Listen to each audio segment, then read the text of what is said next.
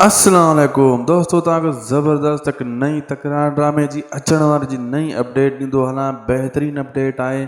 छा अचण वारी किस्त में वाकई जेको आहे नवाब खान मूमल वारनि खे करोड़ ताईं न पुॼण ॾींदो या सिजावल उन्हनि खे राति जो पुॼाए ईंदो शहर ॾांहुं। छा अचण वारी किस्त में जेको आहे हाणे शेर अली ऐं बख़्त वारनि जो जोड़ो थींदो। छा बख़्त बख़्शल खे शेर अली खां वठी वेंदो या शेर अली ने बख़्त खे बूट टणी तां भॼाए छॾींदो।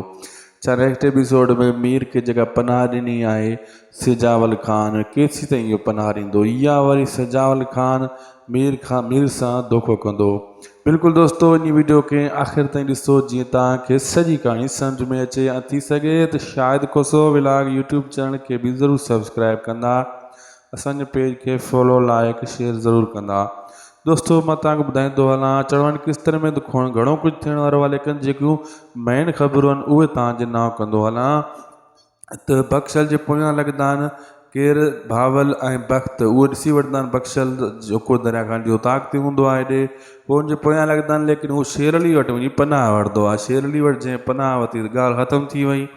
पोइ बख़्त ॾाढो कोशिशि कंदो आहे शेर अली खे मुंहिंजे हवाले कर, लेकिन शेर अली खे केरु ललकारे सघे थो। हू हिकु बि न ॿुधंदो आहे। बख़्त खे बुरो भलो चई करे त मुटाए छॾींदो आहे ऐं भावल बि ॻाल्हाईंदो आहे, लेकिन हू जेको आहे बख़्शल खे हुनजे हवाले नाहे कंदो। शेर अली दोस्तों हिकिड़ो पनाहगीर आहे, जेको बि इन वटि पुॼे थो उन्हनि खे पनाह ज़रूरु ॾींदो। शेर अली जो इहो फ़ाइदो पइजी वियो आहे ड्रामे में, जेका पुॼी नथा सघनि तो शेर अली वटि वञी पनाह वठनि था। ऐं अहिड़े हिसाब सां दोस्तों हाणे वरी मीर खे घुरण जी कोशिशि कंदा बावल वारा, लेकिन हू बख़्शल खे इन लाइ पकिड़े रहिया हुया त इन खे मथां ख़बर हुजे मीर जी।